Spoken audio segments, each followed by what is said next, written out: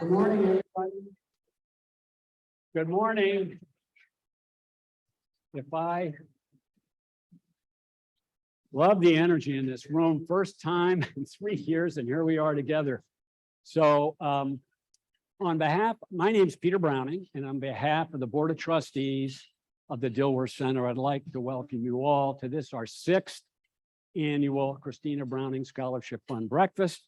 And obviously, the first time in 3 years we've been able to come together, but I got to tell you, your support in the past 2 years with our virtual ones was extraordinary. So why the Christina Browning Scholarship Fund? Well, it's a two-part story. So 7 years ago, we lost her daughter, Christina. In the obituary, it spoke directly to her struggles with alcohol and her effort to recover. And it said, ironically, the number of people she helped, and we still run into them now, was extraordinary. On the other hand, it said the irony was that she was unable ultimately to help herself. And so at the conclusion of, as so many obituaries do, those that would like to make a gift, can you hear me? Oh, you can't hear me? Is that better? Okay. Those of you that would like to make a gift to the Dilworth Center. And so that continued throughout the summer into the fall. And so I was visiting with Charles and said, this is extraordinary. And maybe it would be nice if we could maybe have a way of acknowledging the gift that people have been given to the fund. Maybe put a little brass plaque on a rocking chair on the front step. And he said, no, let me talk to the team. He came back and he said, you know, we do need scholarships. It is important. Let's continue with the Christina Browning Scholarship Fund Breakfast, the fund. Then 2 years later, he came and said, well, guess what? This is doing so well. Let's see if we can't build on that, and we'll have a breakfast. So thus, here we are for our 6th annual. So that's one half of the story. The second half, of course, is about the disease of addiction. It's been with us since written time, and it'll be with us next year. It's ubiquitous, it's ecumenical, it affects all levels of society, and it can be deadly. So if you think of our board of directors, of course, we lost Christina. Martin Godwin lost his sister, and her mother's here. Kay Boswell lost her son. And then a long-serving director, a big supporter of the Dilworth Center, Rooney Robinson, just lost her son last month. And so I don't know if Rooney's here, but if not, we clearly feel her pain. And it was very explicit in that obituary about his struggles with addiction and his help he got from the Dilworth Center. So what happens when a family struggle, trying to figure what to do when suddenly they've got the disease starts to manifest itself? And so it's not like you put that on your Christmas cards. You don't run around and tell all the neighbors. You are bewildered and you're looking for information. And so one of the things the Dilworth Center does is communicate through a number of programs of our services. Margaret Larea is around meeting with lots of service providers, making sure they're aware of the services of the Dilworth Center. There are other resources in town. Some are not so good as ours. Some are for private. And if you're struggling, looking where to go, you go on the internet and it's bewildering. So something else I always like to say is that if you're comfortable, one of our responsibilities is to make the uncomfortable more comfortable. That the fact that we were so explicit on that obituary, people still will call and say, I've got a friend, could you help? So some of us aren't as comfortable as others, but it does enable, because the disease is everywhere, it enables others who are comfortable enough to come up and say, can you help me? So the purpose of the scholarship fund is with the disease continues, people looking for help.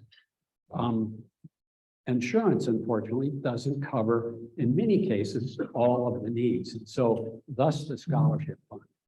And so we couldn't thank you more for all your continuing contributions and your turnout here so that the Dilworth Center can continue to do God's work. So with that, I'm going to turn the dais over to Charles, who will give the blessing, if you will.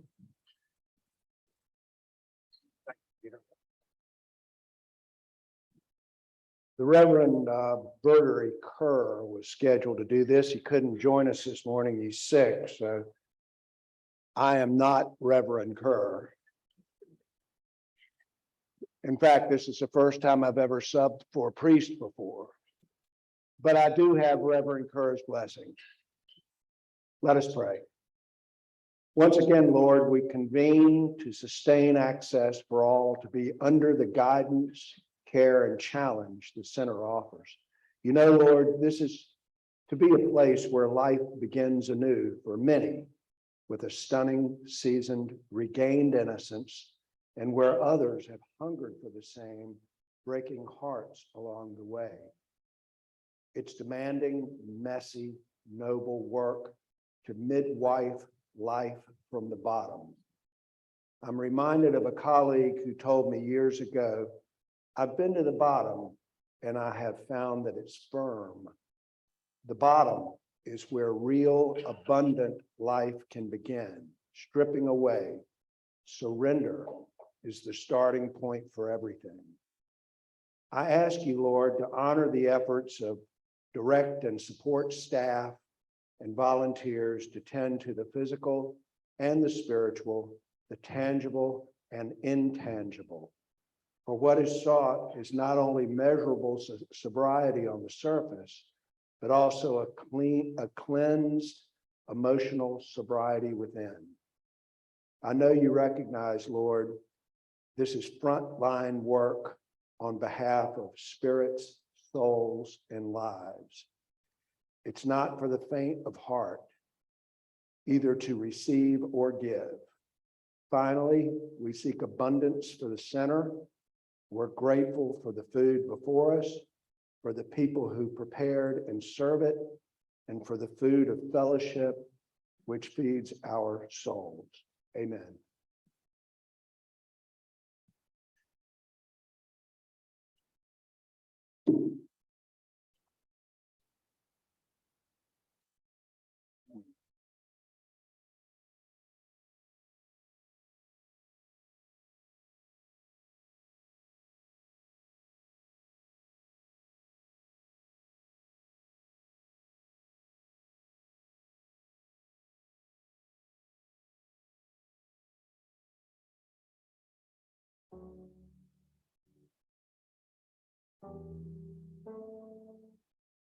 I'm a native Charlottean.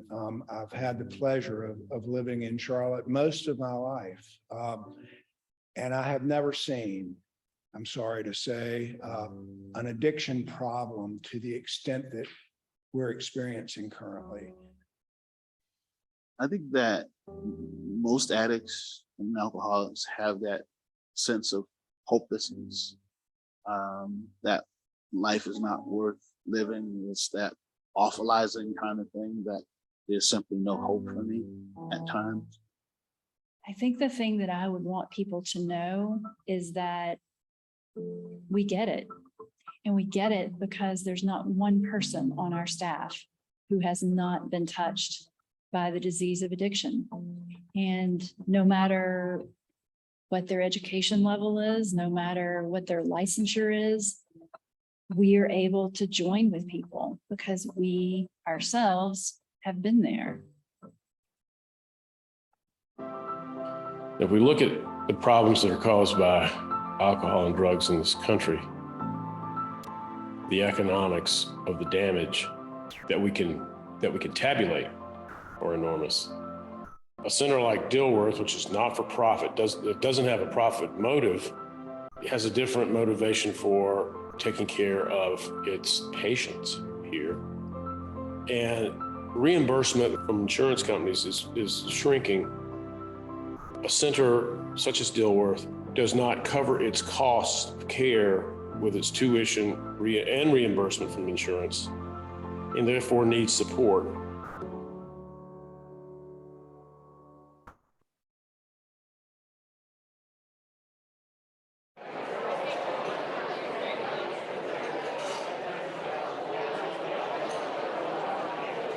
Okay, everyone, I think we're going to go ahead and get this thing kicked off this morning. If I can have everybody's attention. We certainly want to respect your time this morning, so we're going to try to stay on task. And of course, you all can chomp away at the delicious breakfast this morning as we proceed through our program. Love those grits. They're in their own food group, I think. All right. Hey, my name is Charles Odell. I'm the Chief Executive Officer and President of Dilworth Center. And it's my pleasure to be with everybody this morning to offer some introductory comments associated with our event. I'm more delighted than ever to be here to welcome you to the 6th annual Christina Browning Key to Recovery Scholarship Breakfast. Thank you for taking your time to join us this morning for our annual fundraiser supporting our scholarship fund. Through your outstanding generosity, we've raised $1.7 million over the last 6 years. These funds have supported the treatment of 950 individuals and families. 100% of the money raised has gone towards direct patient assistance, providing care to those who cannot otherwise afford the cost of treatment. Isolation and quarantine have not been kind to those with substance use and mental health disorders. Throughout our community, drinking and using patterns are up, as are the tragic deaths from overdoses. Last year in the United States, there were 107,000 deaths from overdoses. That's more than twice the number of Americans we lost in the entirety of the Vietnam War. Dilworth Center recently celebrated our 32nd anniversary. It's been my privilege to be at Dilworth Center for 28 of those years. And I got to tell you, our work has never been more critically important as it is today.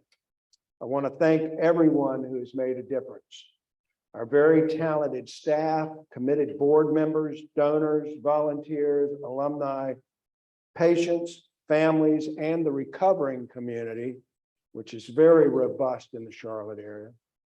And of course, thank you to our sponsors and to those of you who have made today's event possible. All righty. Looks like the next thing we need to do is introduce our keynote speaker this morning. You may not know Chef Sam Diminich, but there's a good chance you've tasted his food. Sam trained at the Culinary Institute of America and cooked at many of the top restaurants in Charlotte. Prior to the pandemic, he was executive chef at Upstream. In 2020, his take on lobster and bay scallops risotto crushed celebrity chef Bobby Flay's version on Food Network's Beat Bobby Flay. All right. I like that word crushed. It's like you're taking no prisoners. He was named Charlottean of the Year in 2020 by Charlotte Magazine. Sam is currently personal chef for Panther's player Christian McCaffrey, the owner of the successful meal delivery service Your Farms, Your Table, and plans to open his own restaurant, Restaurant Constance, named after his daughter later this year. Prior to these incredible experiences, however, Sam battled the underbelly of the food and beverage industry, beer, bourbon, pot, and cocaine. By 2013, he was unemployable.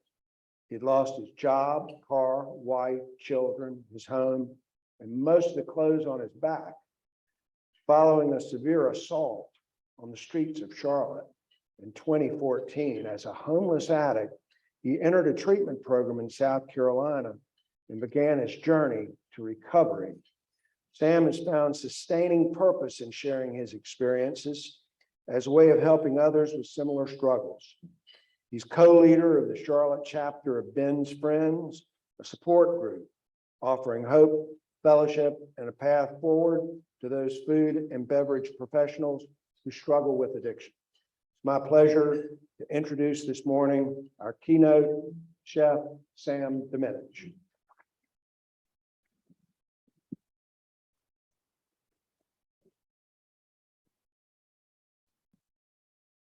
Thank you, Sam. Appreciate it.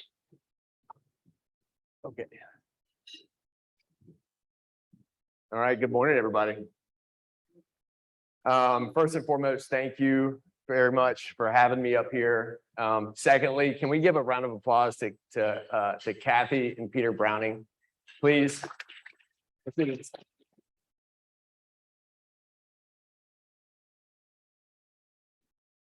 Some incredibly important people and have been influential in my life, personally and professionally. And so it's really an honor to be here for them.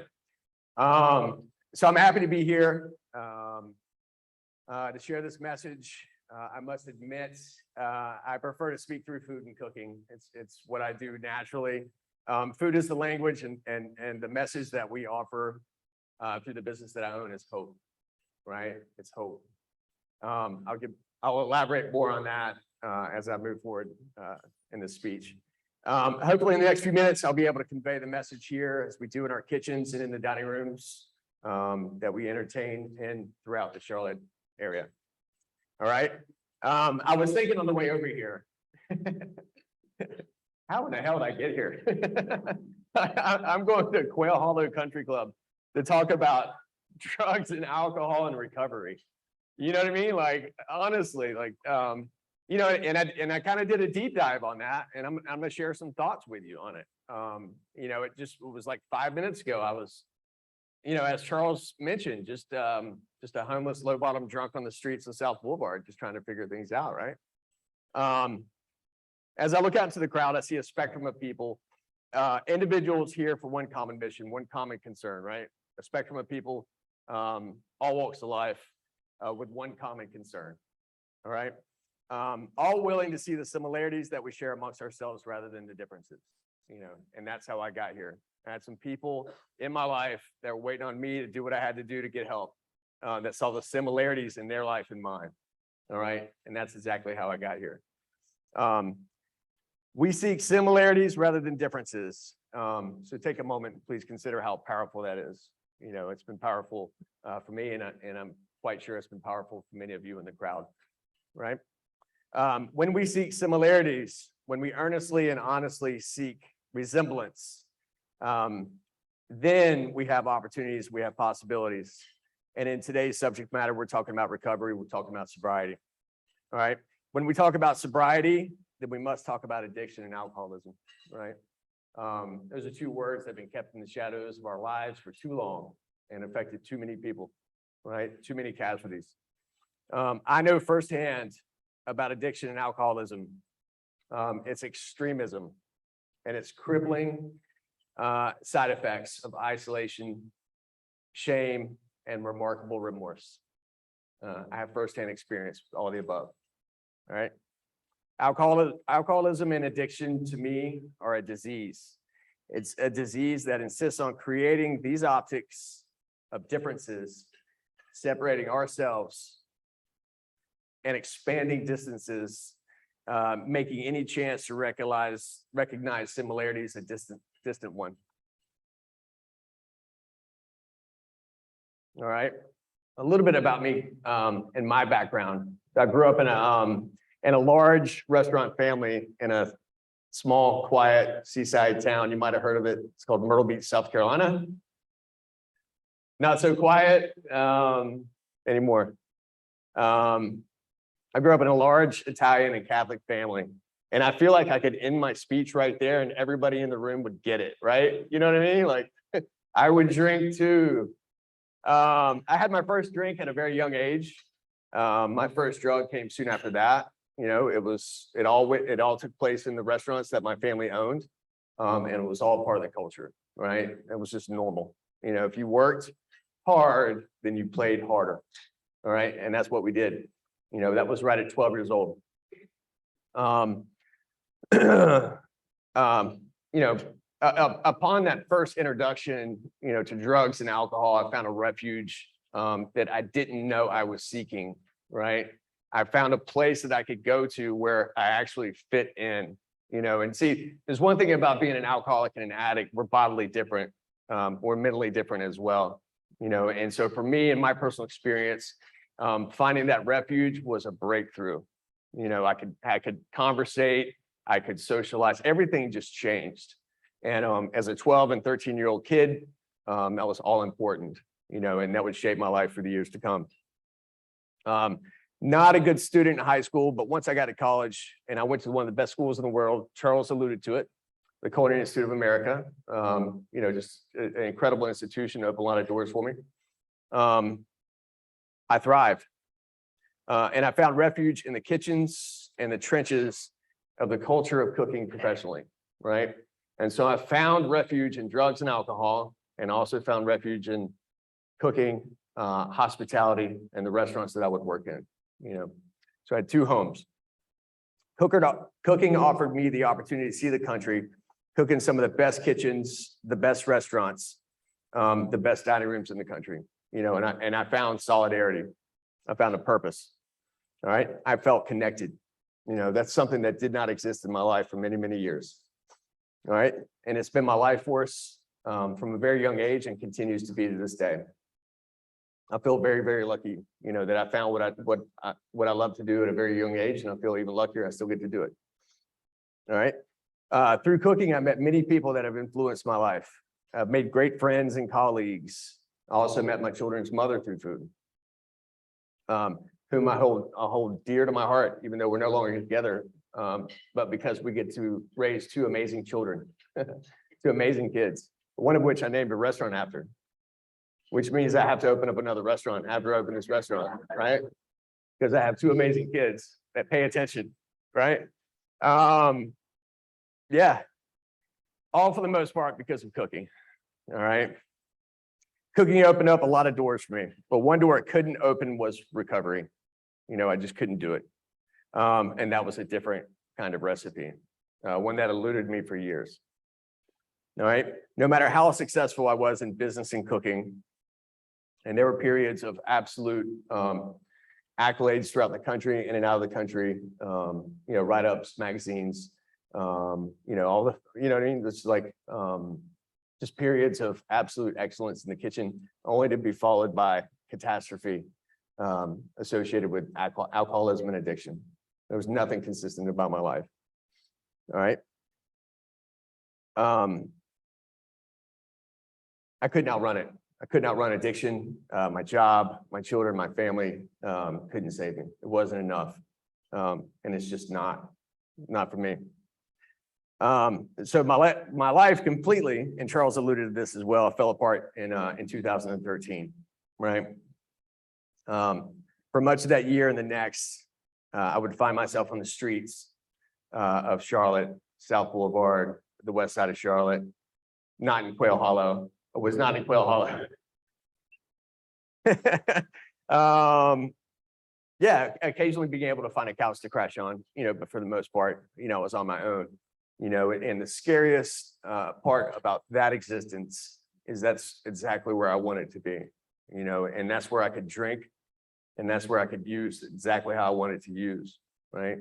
And when you're in that mindset, you're in that depth of you know, the spiral that is alcoholism and addiction.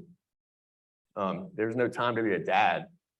You know, there's certainly no time to be a husband, and cooking was nowhere on the radar. You know, I was completely unemployable, and I was happy that way, you know, which is scary to say out loud. In November of 2014, I checked into a rehabilitation place in Sumter, South Carolina called Any Length. All right. In just a few minutes to talk about Any Length. Any Length is a special place because it's so damn hard. It's really hard to do to recover there. It's really hard to enroll there.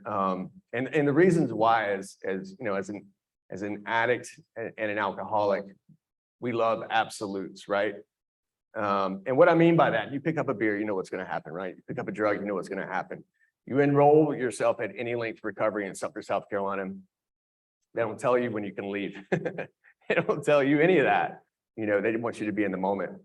But the beauty behind that was this, is that they understood that recovery and sobriety is not a one size fits all, right?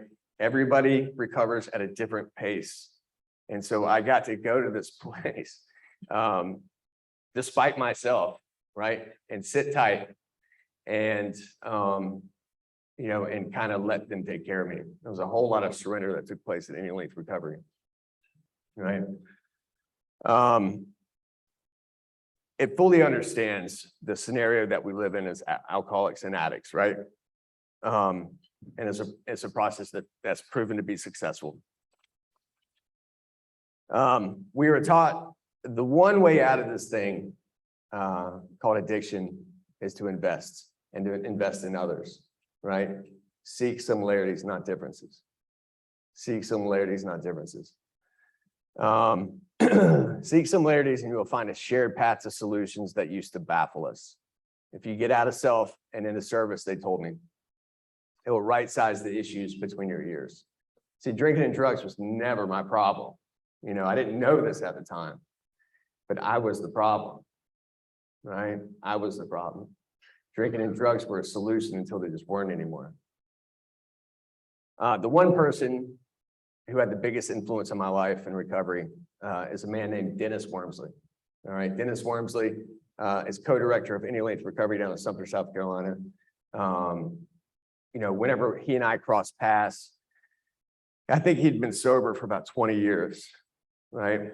And that just baffled me, you know, that somebody with 20 years of recovery under his belt still had time for a car wreck like myself, you know, and would still invest his time and energy and his love and his whole heart, you know, to help walk with me down this path. That was incredibly difficult. I still find difficulty in different ways today, but Dennis Wormsley was a particular individual who propped me up when I needed to be propped up. He shut me up when I needed to be shut up. I had a habit of running my mouth, sometimes still do. You know, and hugged me when I needed to be hugged.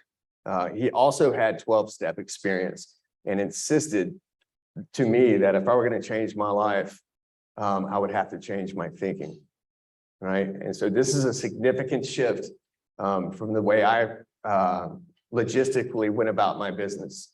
At a very young age, you know, I was basically left to my own devices, you know, and for many, many years, I could outthink myself out of situations. If I didn't know what was going on, my tools for a living were to figure it out or to pretend like I did, you know. But obviously in the situation that I was in, and Dennis used to laugh whenever he would tell me this, you're in another rehab, man. What you gonna do different? And so when we talk about seeking similarities rather than differences, Dennis Wormsley is a Black man. He's from Baltimore, Maryland. You know, right? So there's differences right there on the surface. I'm a white kid from the South. And but what was so profound about our exchange was this: whenever he told me his story, and that's kind of how we do it, his story mirrored mine, right? Trauma at an early age, right? Introduction to alcohol, drugs, and sex at a very early age, right? Broken homes, broken marriages, kids discarded, a large wake left behind, right? And so I was blown away, not only the fact that I was hearing my story from a man who didn't look like me, didn't come from anywhere I claimed to come from, you know, but it hit home because I thought my situation was an isolated one. You know, I was still looking for differences, not similarities. You know, my conversations with Dennis altered that view. He taught me so much and continues to. More than anything, it was to seek solutions, right? Not manifest problems, but to seek solutions through similarities, not differences. Seeking similarities and to create a collective, he promised would create a new past, right? And I wouldn't be attached to my old one anymore. One step at a time, 1 hour at a time, and eventually 1 day at a time. So that's how I got here, seeking similarities, you know, and as I look out in the crowd, I see a lot of similarities. Fast forward to my life today, you know, when the pandemic happened, I was a restaurant chef, you know, and I thought that, you know, God had set me up for the rest of my life being a restaurant chef, right? You know, and I thought that would be my story. I thought that's where I would hang my apron up. There's one particular restaurant in South Park. But the pandemic had other plans for us, right? Had other plans for a lot of us, probably most of us here, right? But that's what happened next is a direct benefit that I've received from living a sober life. And that was literally just to do the next right thing and seek similarities rather than differences. It's easy, you know, for somebody in my position who lost their job, you know, as a father of two and a very proud individual, to sulk, to stay angry, to stay sad, you know, to manifest in those feelings. But recovery taught me different, you know, and I feel so fortunate to be a part of that conversation. And so we started a business in my apartment in Cotswold, right? And it was a meal delivery service. And it was basically to serve the community and serve the farmers, to get out of self and into service, right? Seek similarities rather than differences. I knew from my experience behind the stove and in the dining rooms, food is basically our last ally in agreement. Like we can disagree about politics, we can disagree about a lot of things that we have going on in life, but a good steak or a good salad, particularly one with a story behind it of a local farmer, local supplier. I think everybody in this room can agree on that, right? Or grits. I hear the grits are good. I hear the grits are good. Yeah, so out of self and into service, right? So I start this business in my apartment. I have a little glass top stove and oven, still live there, been too busy to buy a house. But I would prop my phone up every single day at 1 o'clock and log on to the Ben's Friends National Meeting. We touched on Ben's Friends a little bit in the introduction. And Ben's Friends has been a monumental influence in my life in recovery, in that it's not 12-step based. And so I'm hearing all these other avenues of recovery that help support and nourish my love for 12-step recovery, right?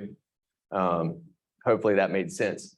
But the point being is that I leaned into recovery just like Dennis taught me, right? Just like everybody in South Carolina taught me in the fall of 2014 and beyond, right? Seek similarities, not differences. And they'll right-size the issues going on between your ears. That's the ism that we refer to in alcoholism, right? And so one thing led to another, right? I didn't have to go back to that job, South Park. The business took on a life of its own. It was community supported, right? You guys have lifted us up. You've lifted me up. You've lifted my children up. Fast forward 2.5 years later, we have a team of about 25. We have 5 divisions. I'm really, really lucky. Riley Ross is here. She's sitting over here at the table. I'm about to embarrass her and introduce her. She's our social media manager and YFYT delivery manager. And, you know, and we've created this living, breathing organism that's grounded in recovery. It's grounded in the theory behind seeking similarities rather than differences, and continues to grow. So yeah, we have a personal chef division. Thank you, Christian McCaffrey, calling me up. Side story on that, Christian McCaffrey calls me on my cell phone. I'm convinced it's not Christian McCaffrey. It's one of my boys playing a prank on me, probably Robbie Shaw. And but no, it was actually Christian, and he's been a huge supporter of us, loves the mission.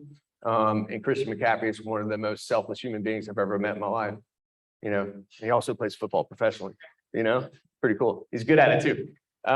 You know, and so there's something that that I believe in. And again, it's one of those things I learned in recovery that God does for us, we can do for ourselves, right? Somebody needed an event during the pandemic in their backyard. We say yes to that. Fast forward 2.5 years later, we have an events division with an events staff that is a huge part of what we do for Your Farm to Your Table. We carry the message, right? And we tell stories. The heroes behind the scenes of the food world, and those are the farmers and suppliers. We're opening a restaurant in December, named after my daughter. And what's cool about that to me is that whenever I return from my absence, which was multi-year, you know, I remember revisiting my children, and it was actually at a swim meet. And both of my children, after being gone for almost 3 years, welcomed me with open arms and open minds. And there and then did I learn empathy, right? And there and then did I learn that our dynamic would shift. And soon after that, I realized if I could still cook, and if I ever opened up my own restaurant, I would name it after my daughter, you know, which is incredibly important to me. We have a great relationship. We have all kinds of stuff to talk about Your Farm to Your Table, but I'll leave it with the restaurant. And I'll leave by saying this, is that recovery and cooking have so much in common, right? We get to take care of people. We get to tell stories. We get to share. We get to embrace. We get to engage. We get to listen, right? But there is no finish line. Every single day I wake up, I'm so excited to do what I love to do, and to do it with the people that I love to do it with. It's the same for recovery. There is no finish line. You know, every single day we wake up to learn something new, help somebody else out, nourish my recovery, and hopefully somebody else's. So thank you very much for having me here. Thank you to Kathy and Peter Browning. I love you all very much. And thank you, Charles. Appreciate it.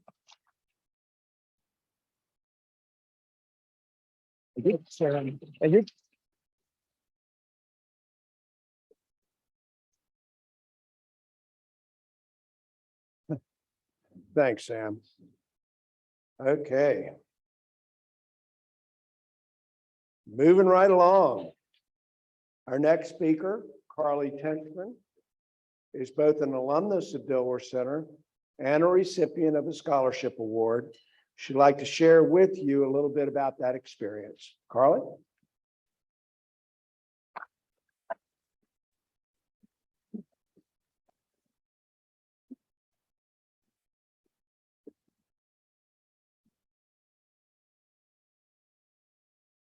Good morning, everyone. My name is Carly Tintzman, and I'm a grateful recovering alcoholic.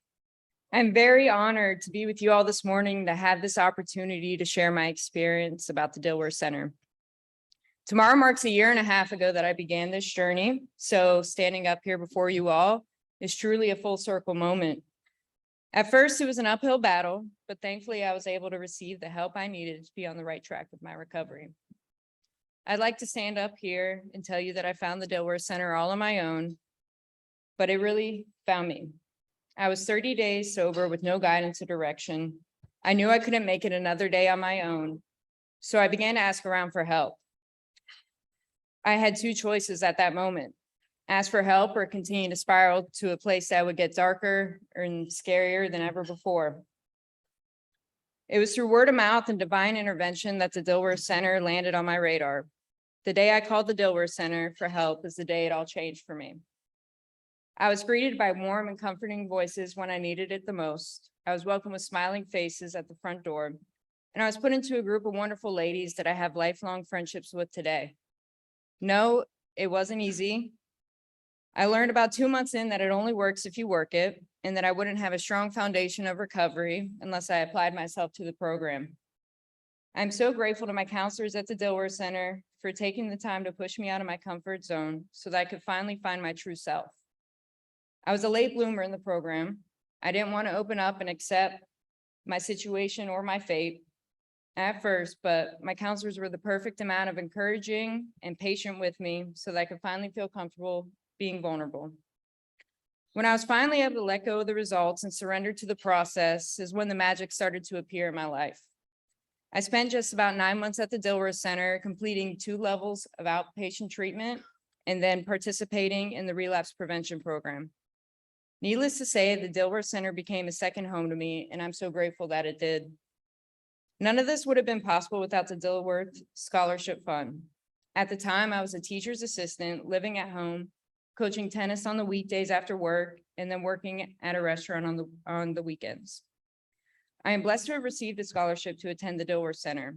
It took away the financial burden and stress and allowed me to focus on what was most important, getting the help I needed. It was very important to me to pay for the cost of treatment on my own. I did not want to place another burden on my loving family. I wanted to show them that I could do this on my own and that all I needed was their love and support. I wanted the responsibility and the accountability for myself, and the scholarship fund made that possible for me. The Dilworth Center gave me a second chance at living life for the first time because what I was doing before was not living. I learned how to enjoy life sober. I learned how to feel my emotions again. I learned to practice gratitude on a daily basis, and I learned to live life fully and freely. The Dilworth Center will always hold a special place in my heart. They gave me an opportunity and took a chance on me when I was at the lowest point in my life. Today, I can say life is good. Actually, life is better than good. Life is truly beautiful. And I owe it all to my forever second family at the Dilworth Center. Thank you.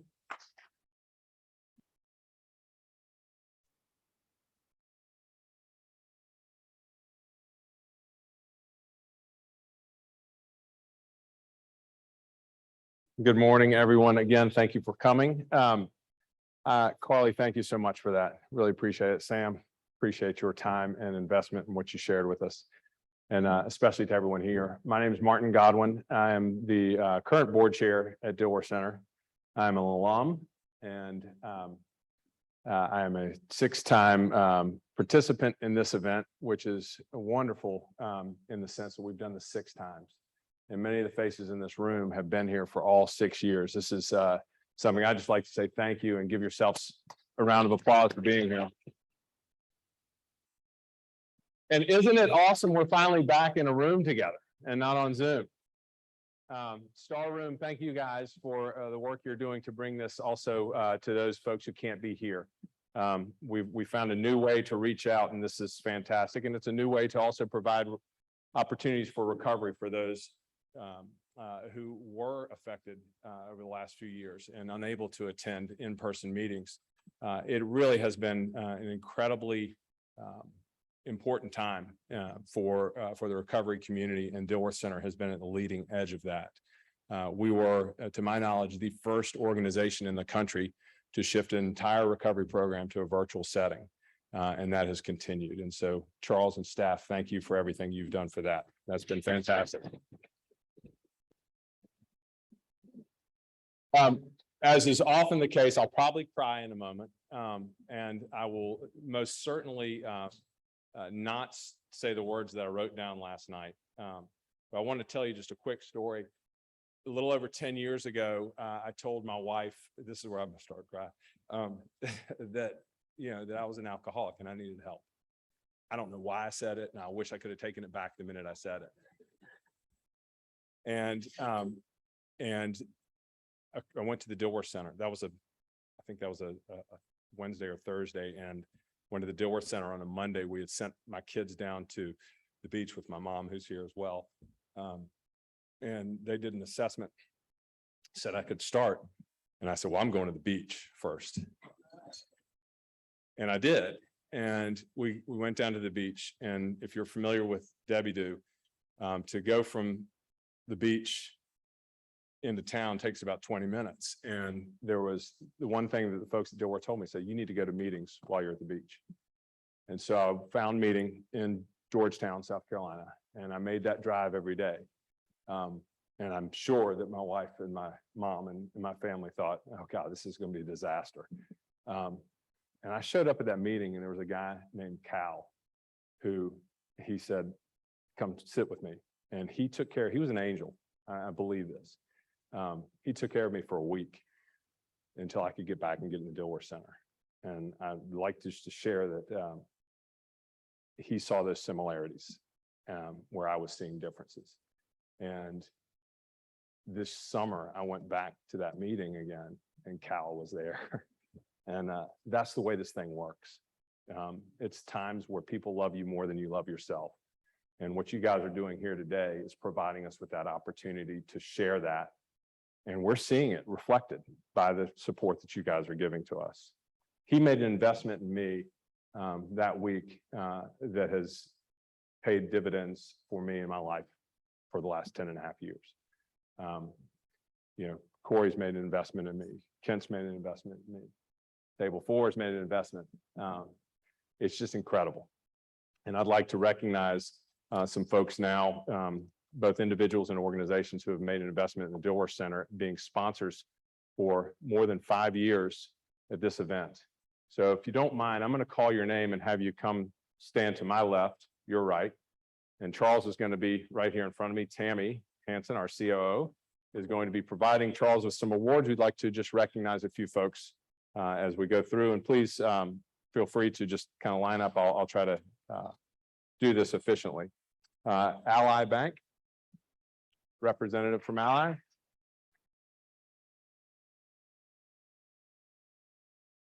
And I'm going to keep going through this. The Gambrell Foundation.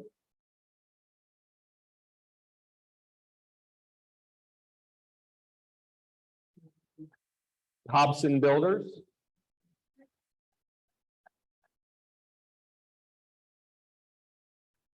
Hopper Communities.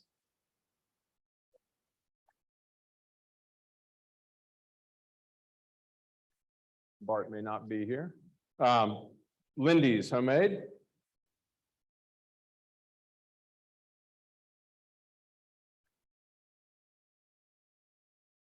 Moore and Van Allen.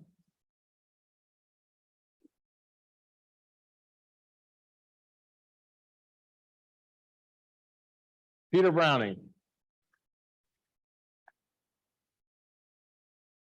Peter, you can send Kathy up if you prefer. Scan Source.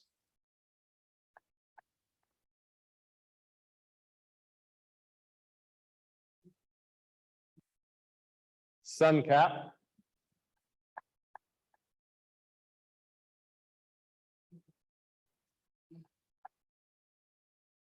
I think we're one out. This is Suncap here.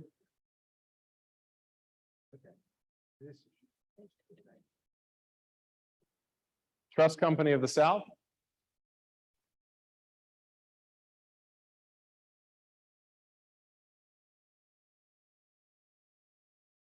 And US Bank.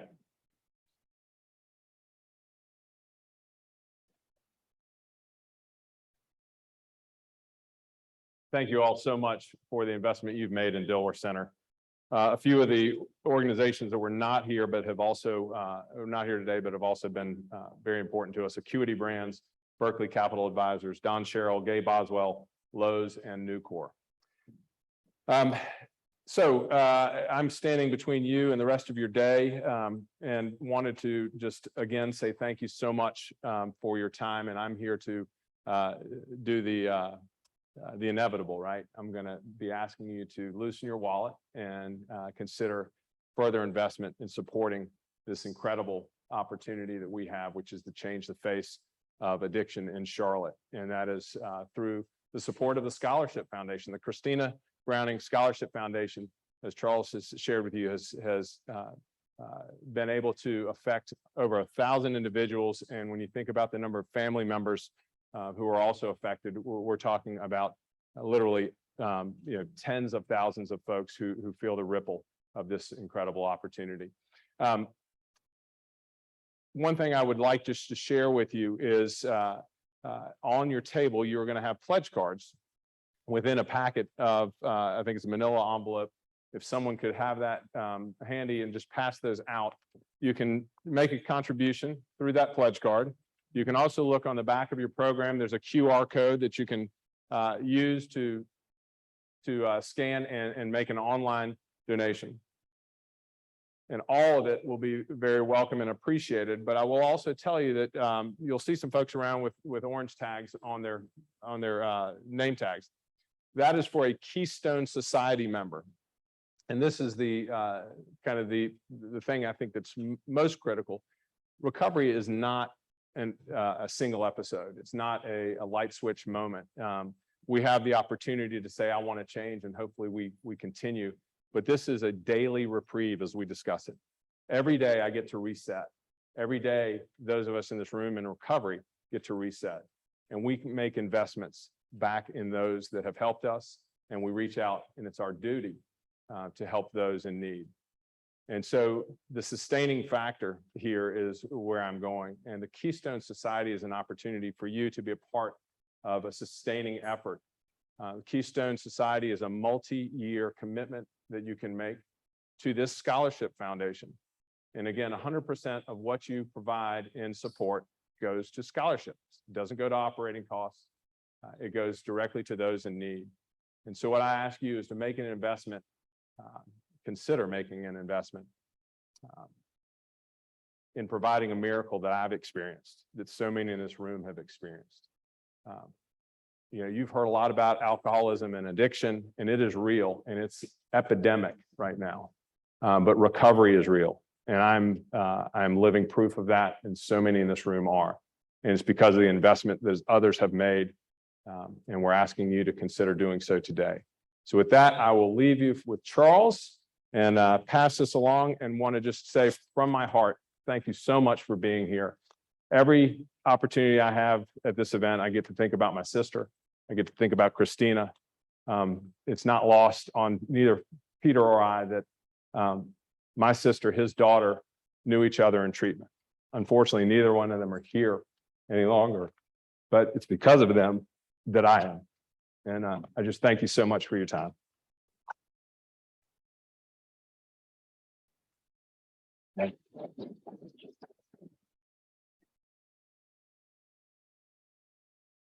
Thank you, Martin.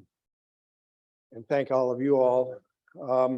Logistically, if there are any issues with any of the manila folders on the table, if you don't have something you need, you let us know. We'll make sure you get that. September is National Recovery Month. And among other duties that I'm involved in, I'm also on the board of directors of an organization called the National Association of Addiction Treatment Providers. It's the preeminent organization, trade organization for what we do, the addiction treatment industry. We represent over 1,000 treatment centers throughout North America. You know what we're involved in, those of us who are in recovery, myself included, it's a quiet revolution. This is something that is going to change, is changing the fabric of our communities throughout the country and throughout the world. The beauty of it is that recovery is now an achievable outcome. If you attend treatment and complete a good treatment program, you are more likely to remain in recovery than you are to relapse. That is a fact. This is a treatable illness. People get well every single day. We all know people in recovery. And there are a lot of people that are in recovery you don't know about, you know. And we're turning this thing around, you know, we really are. And there are a lot of movers, shakers in this room that are doing it in our community every single day. And those of us who work at Dilworth are proud to be a part of that. We're not the whole story. There are a lot of people out there doing the same thing. A lot of them are in this room, by the way, as I said before. Got a number of treatment centers here. Don't want to start listing them. I'll miss some. They're here representing this revolution throughout our country. It's great to be a part of it. It's very, very optimistic. So anyway, this is National Recovery Month. That's why we like to do this event in September. We like to promote new evidence and measurement-based treatment and recovery practices. Our nation has a strong and proud recovering community. It's a wonderful thing. The dedication of service providers and communities make recovery in all its forms possible. So as you leave, if you're able, you can visit our logo banner outside. It's right outside there in the front door. Snap a photo of yourselves and consider tagging us and sharing us on your social media. That'll help spread the mission of Dilworth Center during Recovery Month. All right, I've got 3 minutes before 9. We're going to let you out early. Thank you very much for your attendance and thank you for your support.